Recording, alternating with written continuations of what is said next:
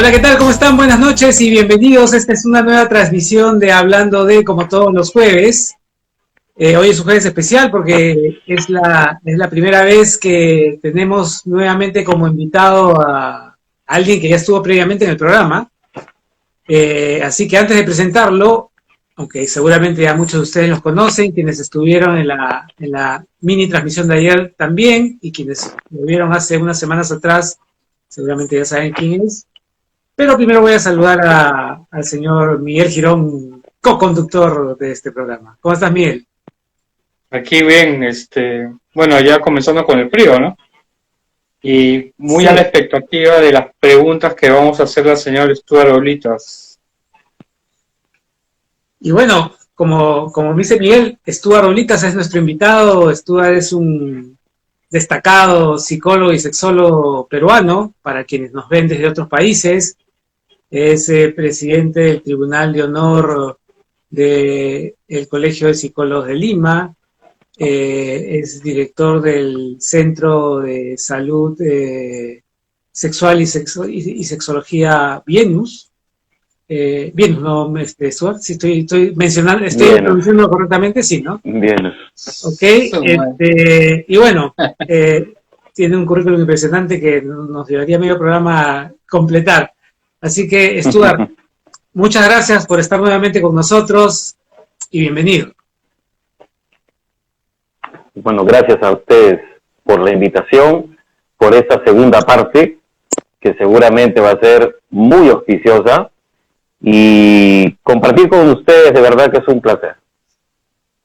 Igualmente, igualmente. Bueno, Y desde ya les invitamos a todos los que están presentes y a los que se vayan uniendo después a dejarnos todas las preguntas que tengan en mente, aquellas cosas, aquellas dudas, aquellas situaciones que han vivido, aquellas experiencias que les han dejado algún cuestionamiento. Aquí está Stuart para resolverlas.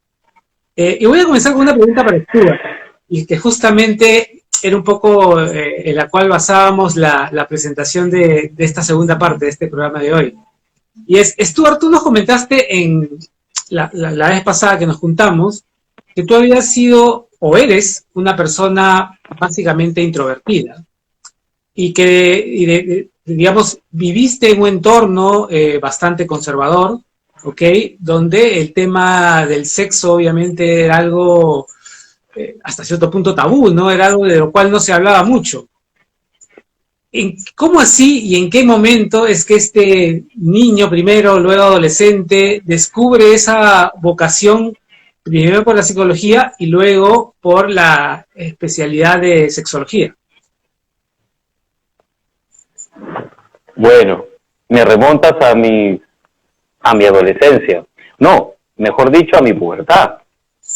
Porque creo que en la pubertad aparece no una, sino varias preguntas relacionadas a este campo.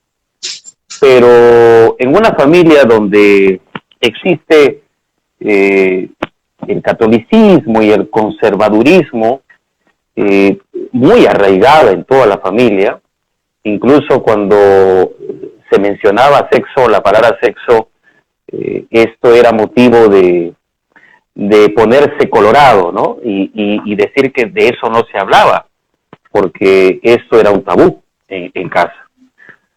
Además de estudiar en un colegio religioso, en un colegio católico, en un colegio en donde nos reprimían muchas veces la información y todo lo que nosotros podíamos experimentar. Entonces, muchas de mis preguntas fueron definitivamente no respondidas, y creo que eso generó y motivó que yo tuviese muchos deseos de aprender respecto a este campo de la sexualidad. Incluso me acuerdo una amiga en tercer año de media que nos mencionaba un lugar donde ella iba, donde se informaba sobre todo lo que es relacionado al sexo, al amor, a las relaciones de pareja. Y yo me acuerdo que le pregunté y me dijo, ¿tú no has ido para allá?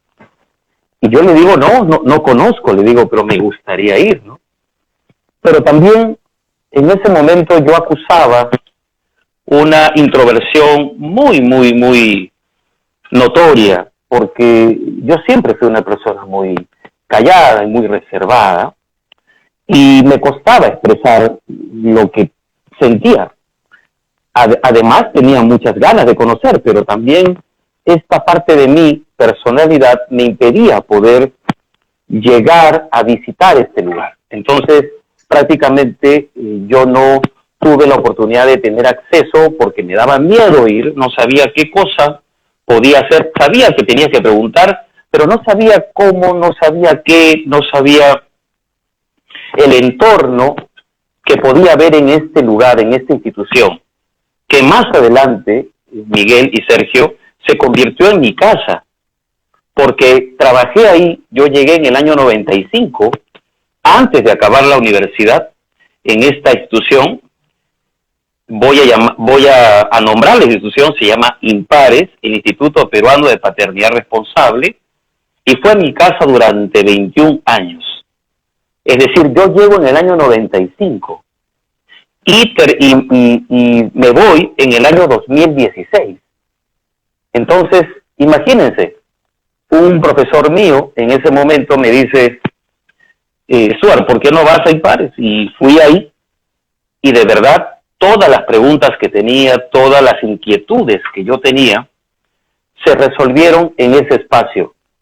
Espacio que después fue mi casa porque desarrollé toda mi carrera prácticamente. Hicimos proyectos, hicimos viajes, capacitamos. Primero nos capacitaron, obviamente. Cuando me capacitaron, no saben lo que era escuchar todas las cosas que yo no había escuchado, que las había escuchado al revés en todo caso, porque la familia me había dado una información que yo no había podido contrastar, y cuando contrasté, tuve definitivamente un terremoto en mi mente que provocó que yo tuviese la convicción de querer hacer lo mismo, es decir, no lo mismo en todo caso, sino de querer educar a tantas personas que tenían lo mismo que yo había tenido y había vivido desde mi niñez, y más aún, sobre todo, notoriamente en mi pubertad. Así que me convertí en un educador, me convertí en un sexólogo, me convertí en un experto en este campo para poderle brindar a otros la información que ellos requieren y que yo en algún momento también requerí. Por supuesto, no juzgo a mi familia, porque ellos, y en esa época sobre todo, era difícil quizás hablar de sexo, pero yo entiendo que tenía que conocer, porque creo que si no hubiera podido conocer ese ámbito de mi vida, definitivamente no hubiese podido manejarme mejor años posteriores, y creo que ese fue el motivo por el cual después me convertí en un sexólogo. Wow. Antes que Miguel haz tu pregunta, quiero simplemente completar mi idea en el sentido que nos dice Stuart. Lo que estás diciendo, ¿no? Tú viviste en un ambiente en el cual no se hablaba de sexo, pero aparte viviste tu pubertad, tu adolescencia, se dio en una época, en los 80s, en los cuales el acceso a la información era mucho menos que el que hay hoy día, ¿ok? Entonces, si, digamos, la información sexual que recibíamos, si no eran nuestros padres, que usualmente no era de nuestro círculo de amigos, de nuestro círculo de amistades, ¿no? Y obviamente eso estaba condicionado desde el punto de vista de cada quien. Es así, ¿no? Sí, exacto. No, imagínense, no había internet. Entonces, ¿a dónde íbamos, no? ¿Quién nos daba información? Teníamos que ir a un lugar especialista en esto. Pero sí me costó mucho, porque además relacionarme con las personas era muy complicado. Yo introvertido, callado, tímido, y era muy difícil incluso hablarle a las chicas, ¿no? O sea, yo no tuve incluso enamorada ni en el colegio ni en la universidad, imagínense. Y no porque no me gustaran, simplemente porque o sea, yo no había trabajado mi persona. Mi persona acusaba una introversión muy crónica. Esto tenía una historia que comenzaba en años infantiles, cuando yo jugaba solo. Tenía una diferencia de edad de 6 años con mi hermano, y prácticamente me las inventaba para jugar solo. Siempre fui muy solitario, hasta ahora todavía, pero el hecho de no tener información sí generó un impacto negativo en mi sexualidad y en mi manera de relacionarme con los demás, ¿no? Fue muy difícil. Perfecto. Stuart, tú, yo, y estoy seguro que también Sergio, hemos tenido ya el bagaje de los conocimientos y cuando llegó nuestro primer cliente o paciente, queríamos meterle el test hasta por las orejas y queríamos meterle todas las preguntas, la anamnesis, cuando a veces no es necesario. ¿Puedes relatarnos un poco cómo fue tu primer paciente? ¿Qué sentiste?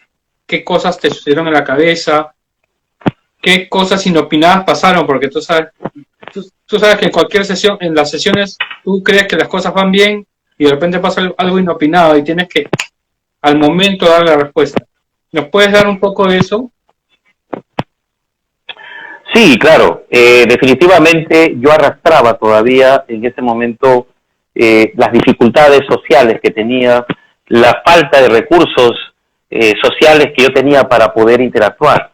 Pero de alguna manera esta institución ya había generado en mí un cambio que me daba la posibilidad de poder ejercer dentro de muy poco mi carrera, ¿no? Estábamos hablando del año 95, yo acabo en el año 98.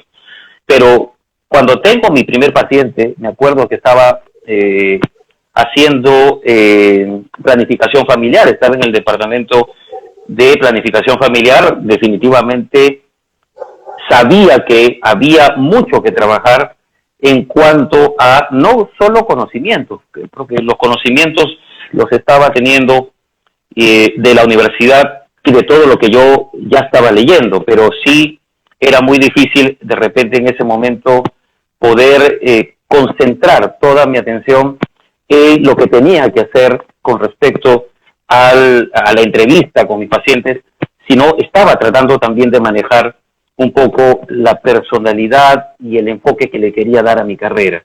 Así que creo que estas primeras experiencias que tuve fueron mis más grandes maestros, todas aquellas personas que pasaron en ese momento por el consultorio, porque diseñaron de alguna manera el personaje profesional que iba a ser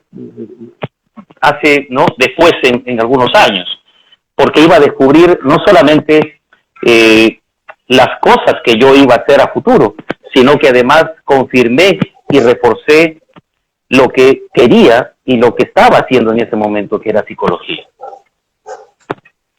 Pero solo quisiera, por ejemplo, saber alguna sesión que hayas tenido, o sea, que nos cuentes alguna sesión que hayas tenido y que hubo un impacto fuerte, básicamente con ese paciente, o cómo influiste en ese paciente, o qué te dijo ese paciente para que tú puedas reflexionar o pensar en alguna situación. Básicamente, un caso, a eso me refiero. Mira, los casos más difíciles que en ese momento me tocó enfrentar, estamos hablando entre el año 95 y 98, eran los casos en donde había abuso. Dentro de lo que yo ya estaba haciendo, definitivamente había una compleja conducta que tenía que ver con la violencia, específicamente de los hombres hacia las mujeres y personas adultas hacia niños. Yeah. Entonces, había una historia que de alguna manera yo la había vivido de pequeño. Esto de repente no lo pensé contar, pero en algún momento pasamos algo de pequeño parecido.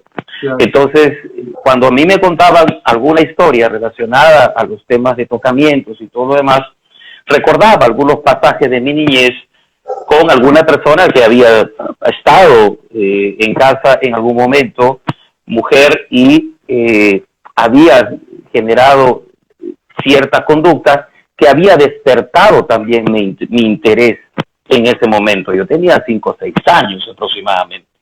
Imagínense revivir estas historias en el momento en que yo estaba enfrentándome. Por eso yo siempre he dicho, hay que primero trabajar en uno En el caso de la sexología, trabajar en uno. En el caso de la psicología, trabajar en uno para que esas cosas, esas historias se cierren y después, en los años posteriores, podemos ser capaces de poder entender y escuchar una historia sin generar algún tipo de perturbación emocional en ese momento por algún recuerdo negativo que hayamos tenido en nuestro pasado.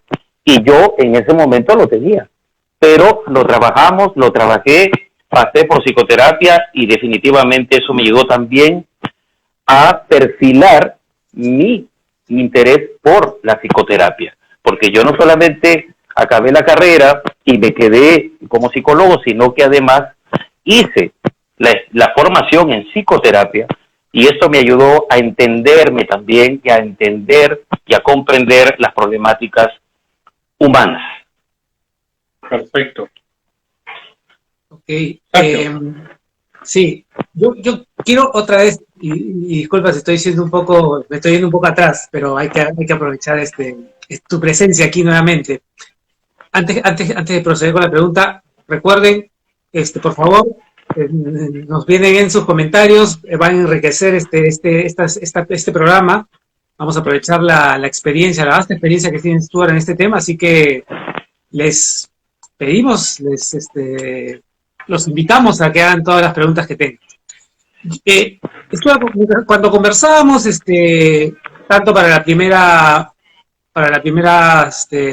reunión que tuvimos, como después nos vimos por ahí en algún momento, tú contabas una situación que no la comentaste, no la llegaste a comentar en el programa anterior. Tú tuviste un pasado en el cual, digamos, todavía no estaba presente la psicología, digamos, al menos como una idea de carrera, ¿no? Y mucho menos la sexología.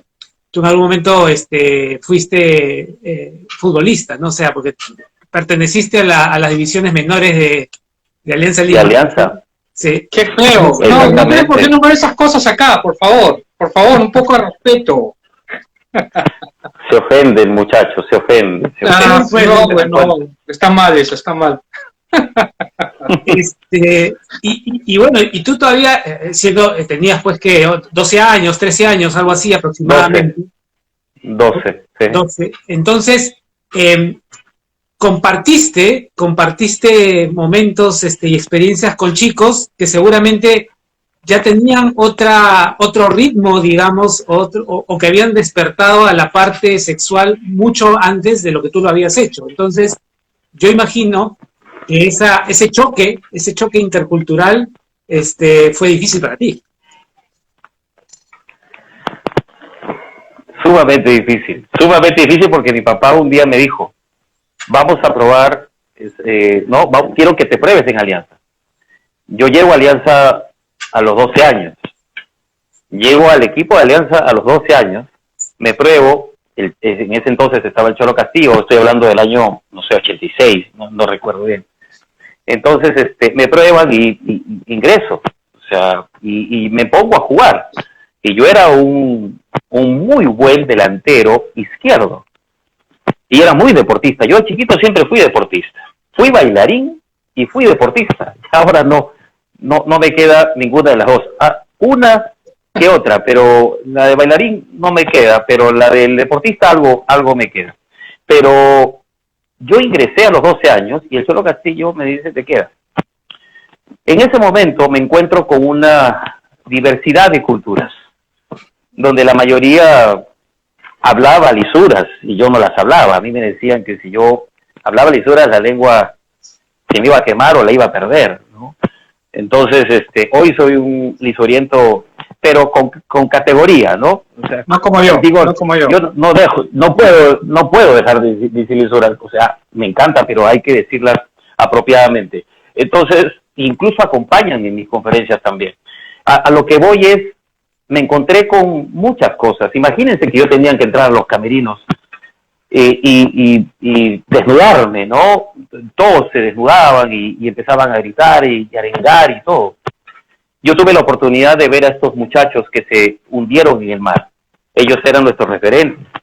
Y yo jugué con esa promoción de Jairo Legario, Waldir Sáenz, Norberto Solano y todos ellos eran mi promoción. Pero yo no continué, y no continué precisamente porque me costó mucho adaptarme. Fíjense, Sergio y Miguel, cómo a veces uno tiene talento, pero el talento no es suficiente si no tienes esas habilidades sociales, si no tienes esos recursos psicológicos para tú actuar en un escenario determinado. Y yo no sabía qué hacer. Mi papá me decía, pero si eres bueno. Era bueno para el fútbol y tenía una pierna zurda que no sabe, yo pude llegar lejos. Mi padre me quiso futbolista, pero hay algo que yo no tenía. Y no tenía precisamente preparación psicológica. Entonces no podía moverme en un escenario donde los chicos a veces metían la mano, te mentaban la madre, o en los camerinos comparaban de repente la longitud del pene, y yo me ponía nervioso porque yo ni siquiera podía desnudarme frente a otras personas, no lo había hecho en casa.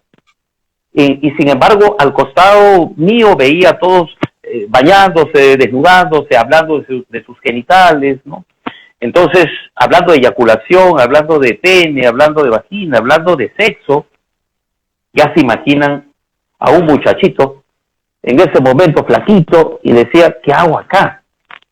O sea, ¿qué hago acá? No tenía cómo poder lidiar con, como dice, las jodas, ¿no? O sea, cuando todos en ese momento se jodían, entonces, ¿qué hacía yo? Entonces me costó. No era suficiente el talento. No era suficiente tener talento porque era muy bueno y en el colegio me lo resaltaban, donde yo estaba. Yo fui campeón de 100 metros planos en mi colegio y subcampeón a nivel ADECORE.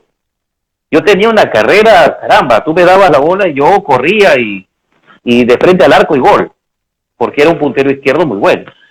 Pero me costaba socializar. Para mí el problema siempre fue la sociabilización, desde pequeño. Entonces, eso es parte de la sexualidad.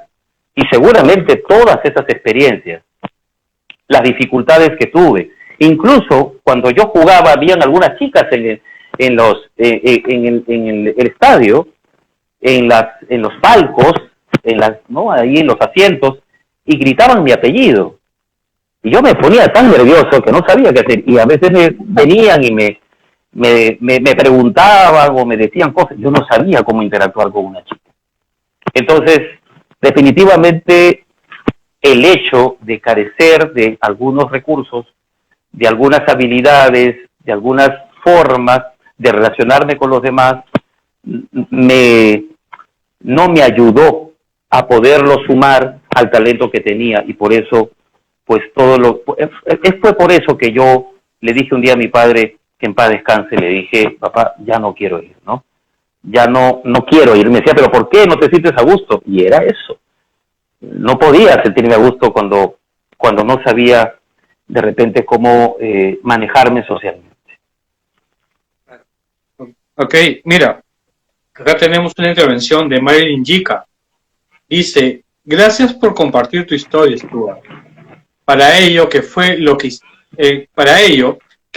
hiciste para entender lo que has vivido? Me imagino que es al tema que has contado. ¿Cómo lo superaste? Y si el día de hoy a veces ves a esa persona, y si es así, ¿cómo actúas? Eso es lo que escribió. Sí, si se refiere a la persona con quien yo tuve una experiencia de pequeño, no supe más. Ya tenía 16 años, 17 creo, si no me equivoco, yo tenía 5, 6. Y bueno, son experiencias, ¿no?, que vivimos, y si la veo, bueno, no sé ni siquiera seguramente la podría reconocer. ¿Cómo lo superé? ¿Cómo superé todo esto? Porque no solamente fue eso, sino también fue toda la inhibición que yo tuve en mi persona, ¿no? Es decir, quería expresar amor y no podía, quería expresar pasión y no podía, quería tener chicas y no podía, quería decirle a alguien, me gustas y quiero estar contigo, y no podía. Entonces yo reprimí mucho mis sensaciones, las guardé conmigo, las reservé hasta un cierto tiempo, y cuando yo ya estudié psicología y sobre todo me formé en sexología, definitivamente me ayudó, pero también me ayudó la psicoterapia. Soy un convencido que la psicoterapia te ayuda a superar muchos obstáculos y yo pasé por psicoterapia porque tenía que pasar. Estaba formándome como sexólogo, iba a atender personas con distintas problemáticas en disfunciones sexuales, seguramente violencia sexual, seguramente problemas de pareja, y yo estaba ahí en ese camino. Entonces dije, no, mi primera preparación tiene que ser conmigo. Entonces, cuando alguien me dice, doctor, ¿se puede superar? Uno puede superarse a sí mismo, por supuesto. Soy un convencido de que uno se puede superar a sí mismo. Yo me superé. Por eso nadie me cree cuando dice, doctor, pero si usted habla y dicta y hace las conferencias y a usted se le ve muy seguro. Era el más inseguro del salón de clases del colegio. Era el más callado. No podía expresar lo que yo pensaba y sentía. Levantar la mano para mí era un momento muy crítico porque siempre pensaba que no podía quererme. Y aprendí a quererme con el tiempo, aprendí a entender la autoestima desde otra perspectiva, a no necesitar de los demás para quererme. En cambio, cuando era adolescente necesitaba de la aprobación de los demás para quererme. Y es por eso que se me hacía muy difícil poder socializar. Cuando le dije a la primera chica para estar, a una primera chica que tenía 16 años, 17 creo, si no me equivoco, y me atreví a decirle para estar, me dijo que no.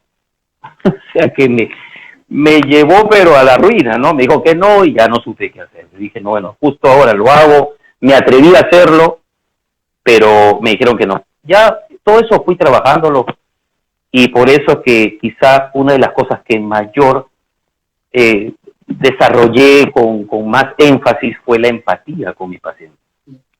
Esa es una de las cosas que más desarrollé con mis pacientes, que fue la empatía. Entenderlos, porque de alguna forma también entendía lo que uno había vivido de pequeño, ¿no? Y es importantísimo, ¿no? Entender y poder lograr esa empatía con las personas a las cuales estás atendiendo. Me has hecho recordar un poco el caso cuando yo, bueno, en esa época se decía, uno se declaraba, cuando yo me declaro por primera vez a mi primera enamorada, o sea, el nivel de estrés que tenía era enorme, por suerte me dijo que sí, pero el nivel de estrés fue enorme, ¿no? Porque justamente, en mi caso y en el de Miguel, porque hemos estudiado juntos, veníamos de un colegio de hombres, y al menos yo, la posibilidad de interacción que tenía con chicas era mínimo. Entonces, a mí me costaba mucho interactuar con ellas, poder hablarles incluso. Yo llegué a la universidad y no podía hablar a las chicas. Si me hablaban, perfecto, ya yo interactuaba normalmente, pero yo no podía dar ese primer paso porque justamente tenía este tema de inseguridad y me has hecho recordar en ese sentido. Tenemos aquí otro comentario de... Dime, Miguel. No, y solamente para acotar, no saben el orgullo que uno siente cuando se supera a sí mismo. Es de verdad divino cuando una persona se mira hacia atrás y dices, yo fui así y he ido creciendo, y he ido superándome, y he ido perdonándome, y he ido asumiendo también y aceptando lo que no puedo cambiar. Hay cosas que puedo cambiar, hay cosas que no puedo cambiar, pero he ido reconciliándome. Ya hace mucho tiempo me reconcilié conmigo. Pero creo que todas las cosas que hemos vivido de alguna manera nos sirven para algo bueno. Somos lo que somos por las cosas buenas y malas experiencias que hemos vivido. Y esas cosas quedan ahí y eso es algo que nos va a dar la satisfacción de saber que hemos aprendido y nos hemos superado. Así es. Grace Evelyn 18 dice que espera verte por Trujillo para poder intercambiar opiniones. No sé si la conoces. Oh, Grace, una entrañable amiga a quien estimo y quiero mucho. Grace, un saludo hasta Trujillo, siempre la recuerdo. Luego, Marilyn Gica complementa un poco su comentario anterior y dice, creo que también es importante aprender a perdonarnos nosotros mismos para abrir puertas a nuestra propia felicidad. Y por eso es que muchas personas no entienden y no logran creer que el perdón llega. es un poco lo que decías, ¿no? El orgullo que nos da el superarnos, pero eso implica reconocer primero que existe un problema que debemos sanar para recién poder ver cómo superamos esa etapa, ¿correcto? Sí, definitivamente, ¿no? Reconciliarnos con nosotros mismos. Mucha gente me pregunta, ¿tú siempre estás bien? O me dicen, ¿no? Tú siempre estás bien, se te ve bien. Entonces, no siempre estuvimos bien, ¿no? Hay etapas en la vida en que no siempre estuvimos bien y yo renegaba conmigo mismo de chiquito, de pequeño, por muchas de las cosas que quería y no podía hacer. Había una egodistonía en mi persona que me llevó a superarme. Y creo que esa fue una de las razones por las cuales la psicología, la sexología y todo lo que hice para conocerme mejor fue determinante para perfilar y diseñar el profesional que venía años posteriores, ¿no? Ok, mira, acá tenemos una pregunta muy interesante. Dice, Araceli Sixto es la que está preguntando. En caso de hablar sobre la educación sexual a jóvenes, ¿sería preferible hablar por separado o sería más fructífero hablar con los dos al mismo tiempo? Me parece una muy buena pregunta. Muy buena pregunta. En el colegio, yo recuerdo que nos separaban. Y nosotros nos preguntábamos, ¿qué les van a hablar a las chicas? Decían, ¿no? No, pero a nosotros nos ponían acá todos los varones y a las chicas se les llevaban por otro lado. Y después las chicas venían con un paquetito y se lo ponían en su y era pues su toalla higiénica y una serie de cosas. Entonces, yo considero siempre que hay que homogeneizar, es decir, hay que hacerlo los dos somos seres humanos, y al ser seres humanos necesitamos escuchar lo que el ser humano siente, sin discriminación. Podemos tener diferencias hormonales en algunos casos, diferencias en cuanto a la sociabilización, pero somos seres humanos que pensamos y sentimos. Y si bien es cierto, la fisiología tiene determinadas funciones y determinadas respuestas, eso no nos hace diferentes, nos hace iguales porque respondemos ante un estímulo. Respondemos ante un estímulo y discriminamos ante un estímulo, porque le damos significado, le damos una interpretación y hacia eso nos abocamos. Por lo tanto, yo soy partidario de que varones, mujeres, estemos en un mismo ambiente escuchando algo que tiene que ser educado, no el varón o la mujer, sino el ser humano. El ser humano necesita un poco de sensibilidad para entenderse y para comprender al otro. Y no, como de chiquitos nos dicen, no sé si usted en las fiestas infantiles, ¿quiénes son más, los hombres o las mujeres? Y empiezan ya a separarnos y a ver quiénes son más y empiezan a generarnos una especie de conflicto en donde, ¿por qué el hombre y la mujer tendrían que ser siempre rivales? Al contrario, vamos a unirnos más, vamos a ser un poco más consecuentes con lo que buscamos hace muchos años, que es la equidad, que es esa equidad, esa justicia en cuanto a los derechos que tenemos todos para poder ejercerlos y sobre todo ser tratados. Sí, yo creo que has dado en el clavo, Stuart, porque vivimos en un mundo en donde se busca más la igualdad que la equidad. Y yo creo que es importante entender la diferencia, ¿no? Yo creo que es importantísimo. Y a veces, en no entenderla, es que generamos conflictos y generamos problemas. Acá hay otro comentario de Marilyn Kika que dice: perdonar en el sentido de no castigarse uno mismo mentalmente, como mantenerse reprimidos por siempre. Por eso es importante el perdón de merecer ser feliz. Yo tenía otra pregunta, ya yendo un poco a otro tema. Saludos a Marilyn, una gran psicóloga también. Gracias, Marilyn, por estar presente. Perfecto. En estos tiempos, Stuart, visto, creo que lo empezamos a hablar un poco la vez anterior. ¿Tú quién consideras que asume de mejor manera su sexualidad? ¿Los hombres, las mujeres? ¿No hay un tema de género de por medio? ¿Cómo ves tú ese tema? Bueno, habría que entender un poco quién asume mejor, ¿no? ¿Qué significaría asumir mejor? El hombre asume una sexualidad basada en un mensaje de competencia, muchas veces, ¿no? Tienes que ser mejor, tienes que estar arriba, tienes que satisfacer necesidades, tienes que. De repente, en el caso de la mujer, muchas veces restringida, muchas veces sesgada, hoy en día ya más empoderada, pero uno ejerce, nunca generalizo, siempre particularizo, en todo caso, no generalizo, y digo que las mujeres han aprendido, en todo caso en el tiempo, han aprendido y han asumido a ejercer una sexualidad más acorde con lo que ellas merecen. Y en el caso del varón, muchas veces ha asumido una sexualidad competitiva, una sexualidad en donde tenía que ser siempre ganador.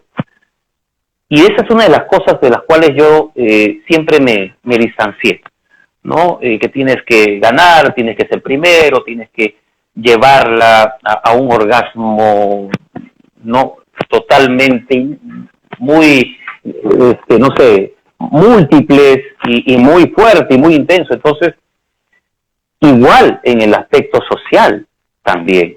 Entonces, yo creo que el varón ejerció una sexualidad falsificada por la competitividad, ¿no? Orientada por la competitividad. Le hicieron creer que era más hombre porque tenía más mujeres, porque sacaba más la vuelta, porque tenía un pene más grande, porque rendía 3 a 4 hasta 7 veces en una noche.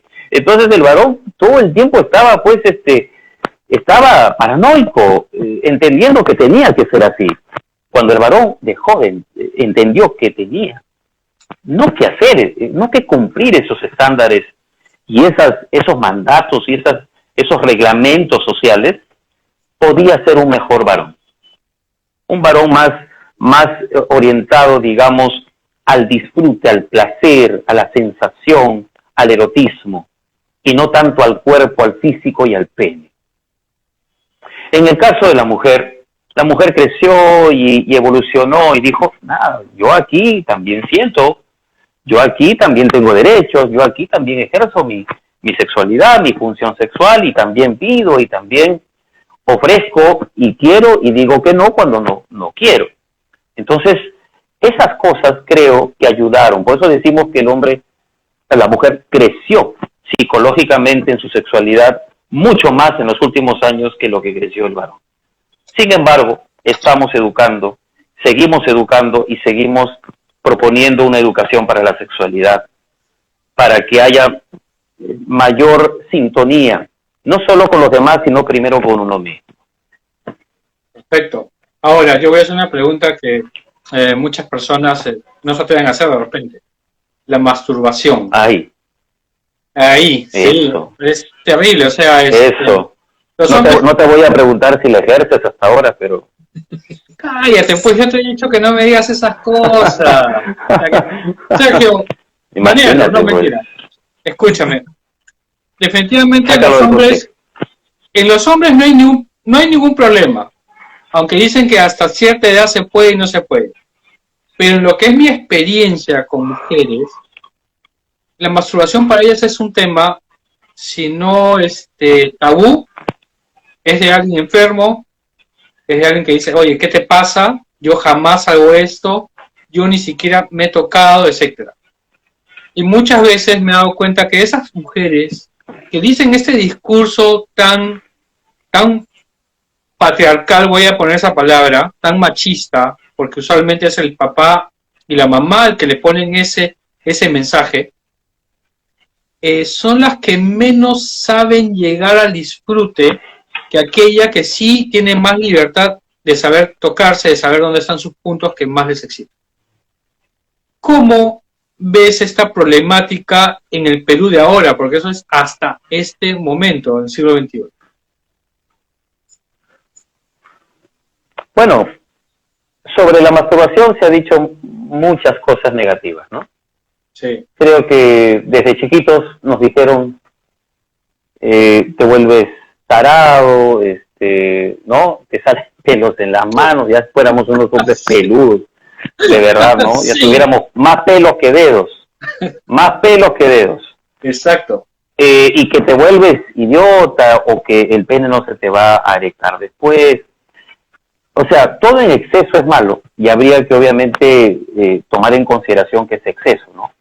Pero cuando la persona lo hace con un disfrute, lo hace por placer, lo hace porque, a ver, ¿saben cómo yo le digo a la masturbación? Hacerse el amor. Ujú. Y es rico hacerse el amor, ¿no? Ustedes hacen el amor, yo me hago el amor. Cuando no puedo, me hago el amor. O sea, ¿me entienden? Cuando no puedo. Entonces, yo me hago el amor y disfruto porque me estoy haciendo el amor a mí mismo, lo estoy concibiendo así. Pero si yo lo concibo con culpa y si digo que eso está mal y si digo que eso solamente es de adolescentes o púberes, el día que lo haga, porque de repente necesito satisfacer ciertas necesidades o ciertos impulsos o ciertos deseos y no tengo a alguien de repente con quien poder hacerlo, puedo generar un sentimiento de culpa. Y el sentimiento de culpa no es por la masturbación, sino es por el concepto que hemos formado sobre él. Exacto. Entonces, tomando en cuenta que hay tabús y hay muchos mensajes negativos sobre ello, mucha gente dejó de tocarse. Por eso a veces les digo a las personas y me dicen, no, pero eso yo lo hacía cuando era adolescente. Es como que la masturbación solo pertenece a una actividad en donde se limita a una etapa del desarrollo que es la adolescencia o la pubertad. De ahí para adelante ya no. No, se puede hacer toda la vida. Yo puedo tener mañana 85 años y seguramente me lo voy a tocar y me va a agradar tocarme, porque yo no creo que deje de tocarme algo que a mí me agrada, porque es parte de mi cuerpo, porque no lo veo como algo negativo, porque yo me toco mis dedos, me toco mi cabello, me toco mis mejillas, me toco mi pecho y también puedo tocar mi pene.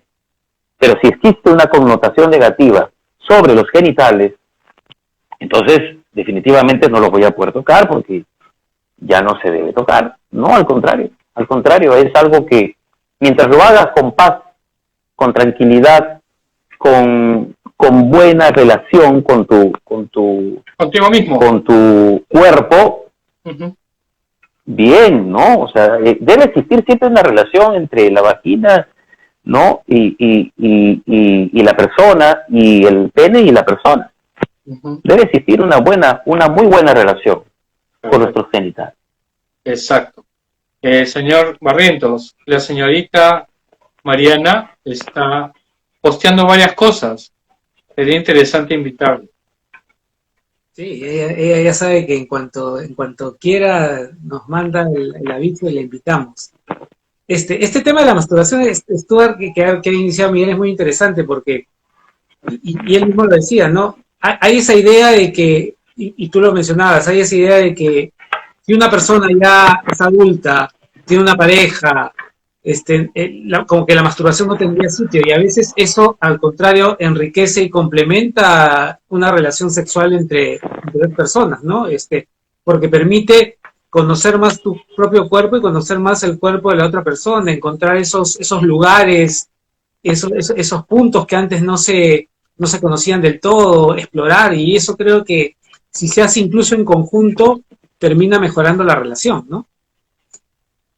Seguro, ¿no? Seguro porque te permite conocer un poco más tus zonas que son erógenas, que son zonas que responden muy bien, agradablemente a un estímulo, a una estimulación. Y lo que va a pasar en el acto sexual es que va a pasar diferentes tipos de estimulación. Entonces, cuando uno se masturba y se toca, entonces está activando ciertas zonas del cuerpo, las va reconociendo para que esto pueda ser luego trasladada al acto sexual y tú le comuniques a tu pareja lo que te gusta. Exacto. Claro, de acuerdo. ¿Tú crees que, y esto lo digo porque, digamos, lo he escuchado de algunas, de algunas chicas, ¿no? ¿Tú crees que hasta cierto punto es un problema cuando el hombre, digamos, puede prolongar su duración durante el acto sexual. O sea, sabemos que es un problema cuando existe la eyaculación precoz, ¿ok? Sabemos que eso definitivamente es un problema tanto para el hombre como para la mujer. Pero a veces para algunas mujeres es hasta cierto punto complicado que el hombre tenga mucha duración, ¿no? O sea, que es como que debería ser un tiempo límite y ahí ya debería el hombre eyacular para pasar a otra cosa. Incluso por ahí, pues tú sabes, los dichos estos famosos de internet de que el acto sexual perfecto tiene una duración, no sé, de 7 minutos, una cosa así. 8 minutos. Sí. 8, ¿no? Entonces, yo entendería. Se les acabó la vida. ¿Ah? Se les acabó la vida, se les acortó la vida. Sí. Yo entendería. Pudiendo disfrutar más, ¿no? Claro. La Tierra sigue girando, ¿no? Y me gustaría conocer justamente tu opinión en ese sentido. O sea, no hay un tiempo límite, ¿no? En realidad, mientras más se pueda disfrutar, mientras más se pueda interactuar en ese sentido, creo que es mejor. Exacto, o sea, lo mismo, a ver, una pareja puede disfrutar 5 minutos y están felices, ¿no? Una pareja puede disfrutar 20 y están contentos, una pareja puede disfrutar 1 hora y están felices, y una pareja puede durar más de 1 hora haciendo distintas cosas y están bien felices. Depende, no es que existe un tiempo para decir que desde aquí es buena la relación sexual y desde aquí para atrás no. Porque eso depende de la naturaleza, de la expectativa, del gusto por el placer sexual que cada uno tenga. El acto sexual va a durar de acuerdo a lo que cada uno proponga y a lo que cada uno disponga para poder ejercer un espacio en donde vamos a amarnos y vamos a transmitir el placer y el gusto por lo que estamos haciendo, lo que sentimos y lo que sentimos por el otro. Entonces, los minutos salen sobrando. Lo importante es que más allá de mirar el reloj, hagamos algo, ¿no? Que es concentrémonos en nuestras sensaciones y concentrémonos en las sensaciones que puede experimentar nuestro compañero o nuestra compañera. Pero entonces, ¿por qué hacer estos estudios? ¿Por qué poner estos parámetros que realmente, pues, creo que todos nosotros, los que estamos viendo y nosotros en particular, no vemos? O sea, es muy claro eso. ¿Por qué hacer estos estudios? ¿Por qué divulgar una cosa así? Bueno, los estudios, se me apagó la luz por si acaso. Sí, ya lo vi. No sé qué pasó, pero bueno, sí, por si acaso, estas cosas pasan en vivo. Se me apagó la computadora, se me apagó la luz acá. Bueno, yo creo que los estudios ejercen una función, obviamente, y yo creo que tiene que ver con, a veces, el hecho de llevar, esta insistencia de llevar el sexo siempre a un tema numérico, de tiempos, ¿no? El sexo inteligente, la inteligencia sexual no habla de tiempos, no habla de números, habla específicamente de formas, habla de placer, habla de sensaciones, de sentimientos, habla de posiciones, pero no necesariamente de tiempos. Así que considero que hay que no tomar, digamos, tanta importancia a los asuntos numéricos en el sexo, porque creo que los asuntos numéricos tienen que quedar en espacios numéricos. Exacto. ¿No? De repente la ingeniería, de repente las matemáticas, de repente la economía, que puede ser nombrado la parte numérica, que es muy importante, pero en el sexo, lo numérico, cuántas veces lo hicimos, la frecuencia, no, vamos a mejorar eso, pero a partir, ¿no?, de lo que nosotros podamos proponer en cuanto a formas y no en cuanto a tiempos. O sea, así es. ¿Tú lees el comentario, Miguel, o lo leo yo? No, léelo tú. Bueno, acá hay un comentario, Stuart, muy interesante. Sí. A ver, vamos. Sumamente interesante. Sí, dice, hay hombres que se horrorizan cuando una mujer siente placer al tocarse, y más si es delante de él. Algunas veces los mismos hombres son los que tienen el tabú y se sienten intimidados ante una mujer que disfruta tocarse delante de él. Y eso es muy cierto, ¿no? A veces el hombre termina sintiéndose, o algunos hombres, obviamente, terminan sintiéndose abrumados cuando la mujer despliega su sexualidad delante de ellos, ¿no? Como lo menciona aquí el comentario. La mujer se puede tocar delante del hombre como parte del disfrute, y eso está bien, ¿no? Pero hay hombres que al contrario sienten rechazo de eso, ¿no? Sí, claro, claro. A ciertos hombres les va a generar no solamente una sorpresa, sino una incomodidad, porque no conciben esa conducta sexual en la mujer.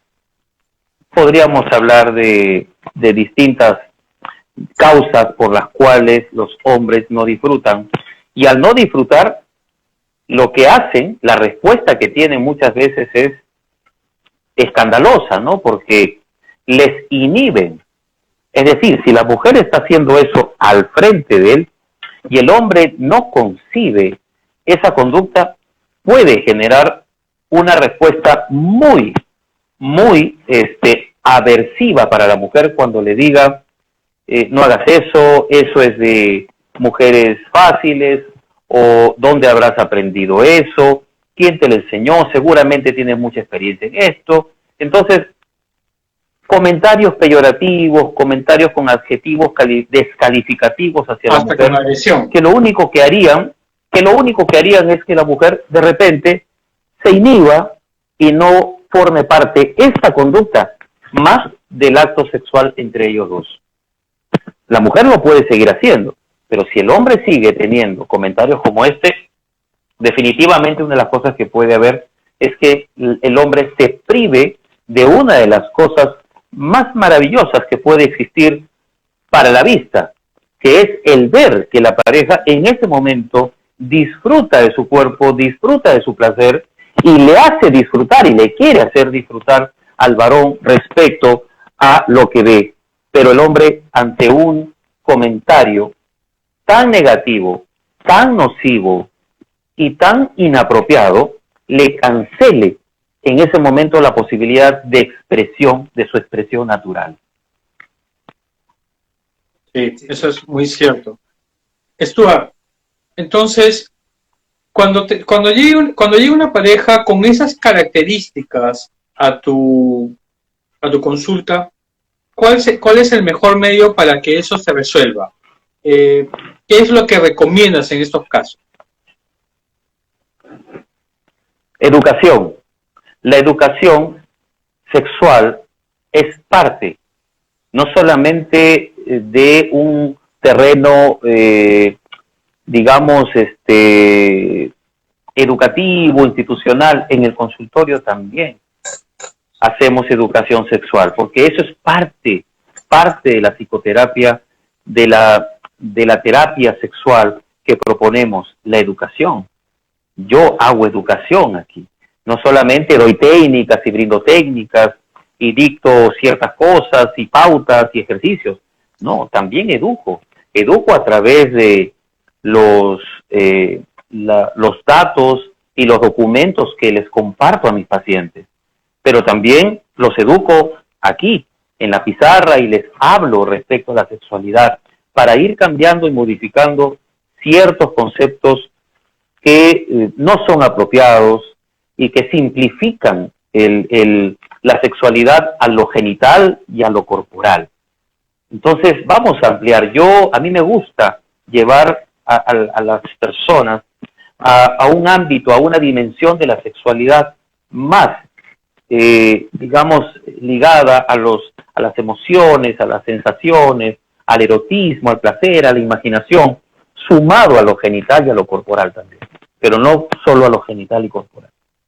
Es justamente lo que dicen aquí en un comentario, ¿no? Lo que dice Gabriela, es la Arianita. Por eso pienso que la química entre los dos debe ser en todos los planos, y no solamente lo sexual, ¿no? O sea, eso definitivamente, si hay química en otros aspectos, se enriquece también la actividad sexual. Claro, dice Miguel. Claro, Miguel lo sabe.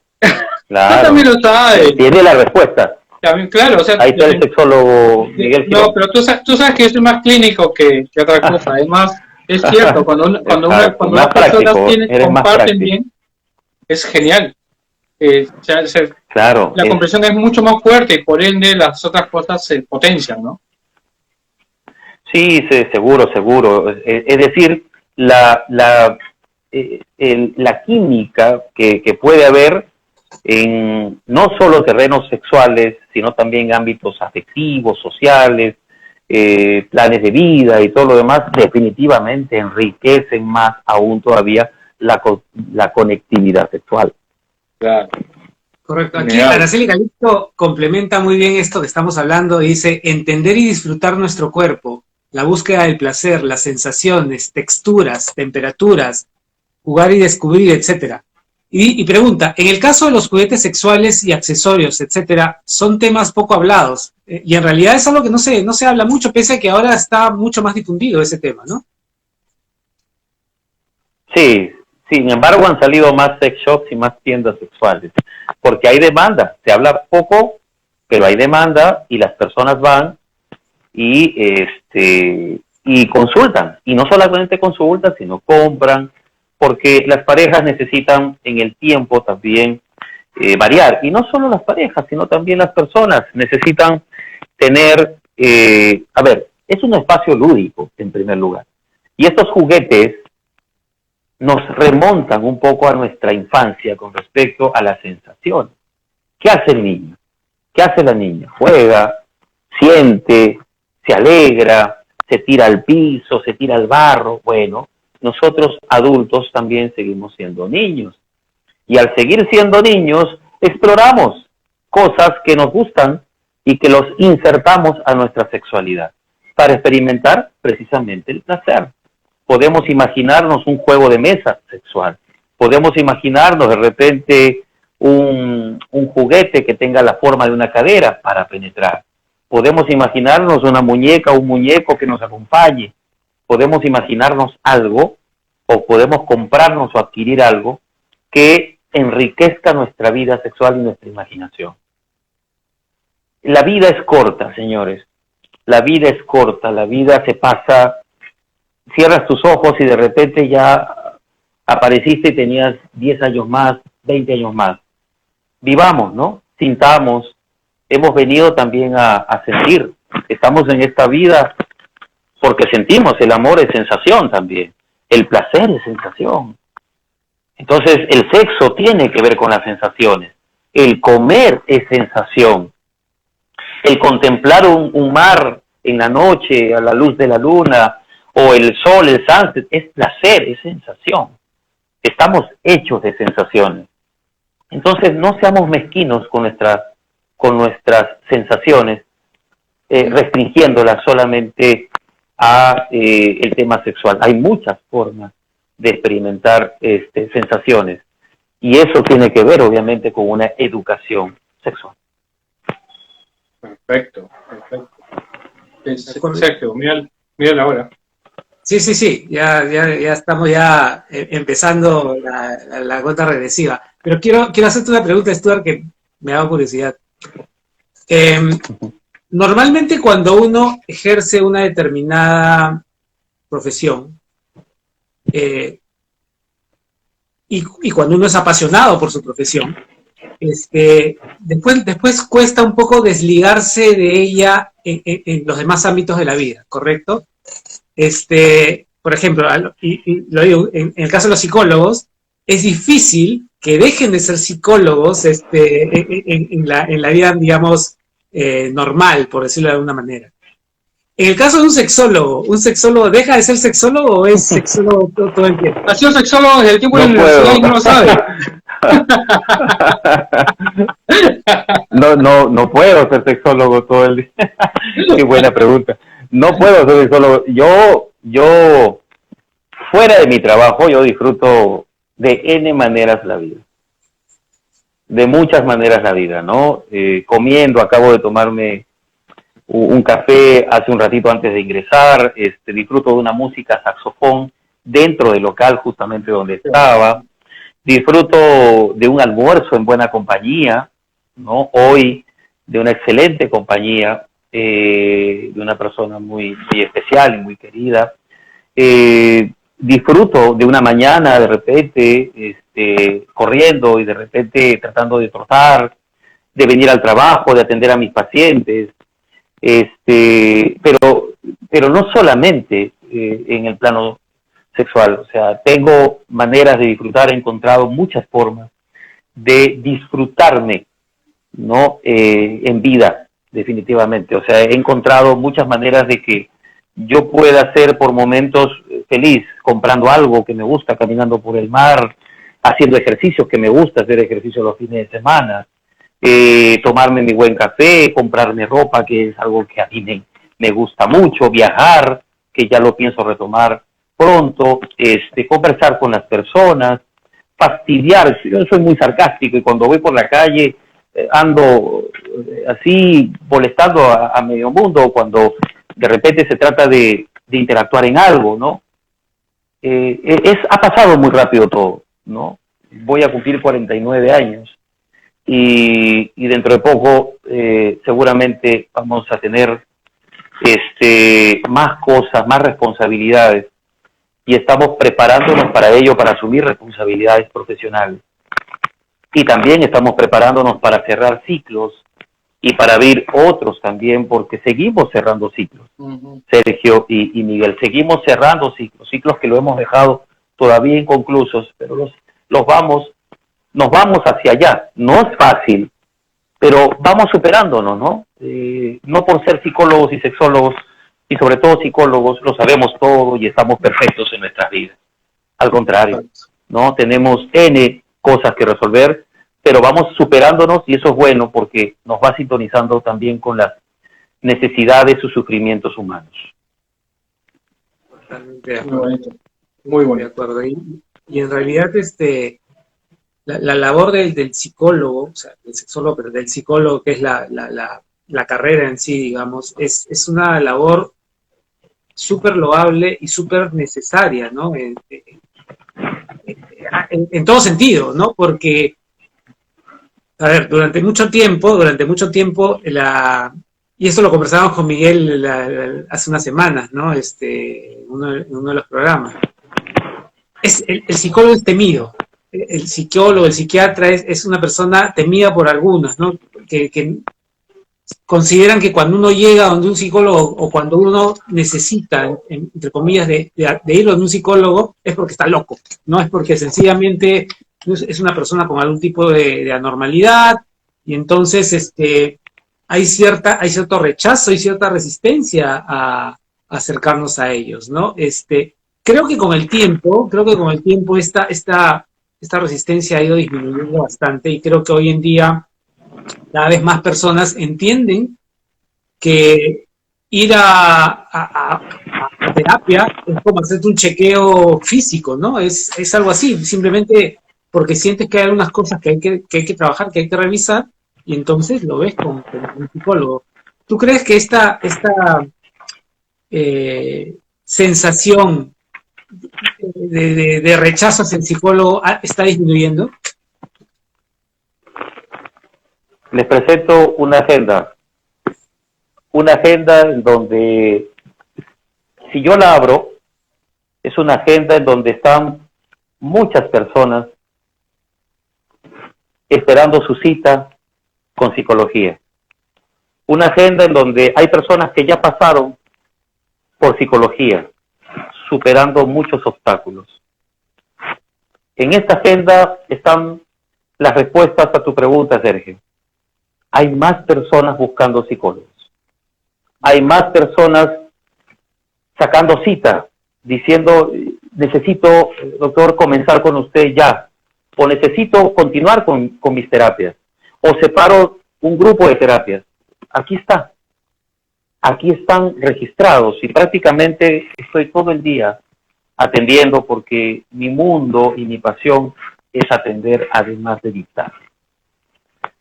Y eso creo que responde un poco a la pregunta, Sergio, porque sí, definitivamente creo que han roto barreras. Se han roto barreras respecto al concepto de la psicología. Antes lo escuchaba mucho eso. Quizás todavía queden rezagos de ese concepto. pero viajando y sociabilizando con mucha gente, hoy en día dice, sí, yo estoy con mi psicólogo, voy donde mi psicóloga, estoy con mi terapeuta, y lo siento que lo mencionan con orgullo, con gusto, con agrado, entendiendo que están haciendo algo por superarse. Y me remonto otra vez atrás, cuando hablaba de mi historia. Qué bonito saber que hay otras personas que también se están superando a sí mismos, sin importar la edad, si tengan 20, tengan 30, tengan 40 o tengan 70, como hace poco vino una persona de 70 y pico de años y me decía, yo quiero cambiar. Caramba, qué privilegio de poder tener una persona en ese momento, en este espacio, y poderle ayudar a cambiar. Entonces, yo creo que en esta agenda se resume un poco la respuesta que me hace Sergio, porque la gente opta hoy por el profesional de la psicología. Genial, genial tu respuesta. Y te hago una repregunta rápido, porque sí se nos está yendo el tiempo, pero me parece importante hacerla ahora. Y esto es algo que también Miguel y yo hemos venido conversando en estos días. Cuando tú, o sea, los pacientes, las personas llegan a ti, obviamente, por diferentes razones, hay motivos, hay momentos, hay etapas de sus propios procesos. Algunos perduran, algunos te das cuenta que en el tiempo sí tienen ese compromiso para cambiar, como dices tú, pero hay otros que no, ¿no? ¿En qué momento es que tú te das cuenta quién sí está comprometido con su proceso y quién no? Cuando la persona menciona que lo que está pasando, lo que está viviendo, ya prácticamente llegó a un momento límite, lo llamamos a eso saciación psicológica. Esta saciación psicológica, cuando es baja, uno se acomoda. Cuando es moderada, quizás de repente uno va sintiendo los estragos de los síntomas por tener esa conducta. Pero cuando ya no es moderada, sino ya empieza a ser con una intensidad mayor esa saciación, ese hartazgo de vivir lo que uno vive, es ahí cuando una persona te demuestra que quiere cambiar. Va a terapia, saca cita y en consulta te dice que va a poner todo de su parte para poder hacer un cambio, que fue lo que en algún momento también hice, porque yo llegué a esa saciación psicológica y dije, no, hasta aquí no más. ¿Por qué los demás pueden hacer lo que yo quiero hacer? ¿Y por qué los demás pueden soltar lo que yo también quiero soltar? Y no puedo soltar. Entonces, sé que hay un momento de quiebre en donde uno dice, ya me harté de lo que estoy haciendo o estoy dejando de hacer. Los actos de obra. Estoy haciendo algo que no tengo que hacer. Y los actos de omisión. Estoy omitiendo algo que tengo que hacer para mejorar. Entonces, esas cosas nos sirven para entrar en una sintonía con nosotros mismos y decidir dejar atrás aquello que estamos haciendo. Si ya me molestó el hecho de fumar tanto, si ya me molestó el hecho de no poder decirle a una persona que me gusta, si ya me molestó el salir jalado siempre, de repente todos los cursos, si ya me molestó el no poder emprender ese proyecto, definitivamente creo que hay un momento en donde uno dice, hasta aquí nomás, y quiero dejar atrás eso que me traba, que no me deja hacer por miedo, por angustia o por interpretaciones horrorosas, catastróficas hacia el futuro. Wow. Bueno, Stuart, no me queda más que agradecerte nuevamente por estar aquí con nosotros. De verdad, y hablo también a nombre de Miguel, uno de los grandes objetivos que tiene este espacio es contribuir de alguna manera y ser algún tipo de aporte para mejorar la salud mental en el país. Y participaciones como la tuya definitivamente son espectaculares porque la información que nos puedes ofrecer, la experiencia que tienes tú, el conocimiento que nos puedes aportar es inmenso. Yo creo que en esta hora que hemos tenido conversando hemos podido encontrar muchas respuestas a preguntas que seguramente no sabíamos cómo contestar, ¿no? Entonces, te agradezco de verdad que hayas estado aquí. Y no sé qué dice Miguel, pero creo que si hay segunda puede haber tercera. Podría haber, claro que sí. Sí. Invitados también a que si quieren volver a ver esa entrevista lo vamos a colgar en YouTube. Y si tienen alguna otra pregunta que por ahí se les haya quedado en el tintero, háganla sin ningún miedo. Estamos con una persona que sabe el tema y que de alguna manera le vamos a alcanzar la pregunta y él seguramente va a poder responderlo. Como dice Stuart, no hay que tener miedo a sentir, no hay que tener miedo a gozar de nosotros mismos, porque eso también nos va a llevar a gozar de nuestra pareja. Siempre tengamos eso en mente, no nos reprimamos, no sintamos que eso está mal, conozcamos nuestro cuerpo, toquémonos, veamos, sintamos, no nos quedemos con el prurito de, ay no, eso no se debe hacer. Ustedes se ponen el propio límite. Así que espero que eso también lo reflexionen. Solo para acotar y para terminar, gracias por el espacio, de verdad, es la primera vez, conjuntamente con el anterior programa, que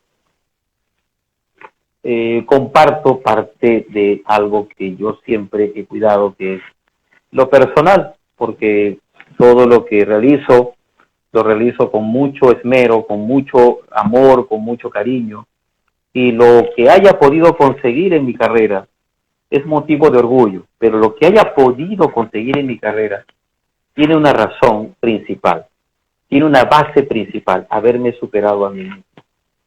Y eso es algo que creo que debemos, es el mensaje que transmitimos a los demás, ¿no? Creo que uno puede ejercer cargos y ejercer cosas como yo hoy tengo el privilegio de ejercerlo. En el colegio, antes en la asociación, ahora en la Federación Latinoamericana de Sexología, y todo lo que puedo hacer, y lo que se viene.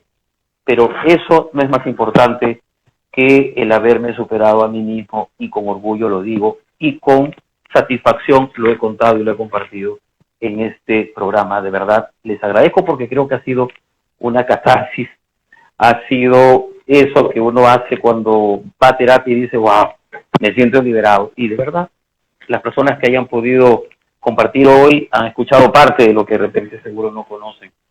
Y todos tenemos una historia, y una historia seguro, algunos pendientes que resolver y otros satisfechos con lo que han podido superar. De verdad que gracias. A ti.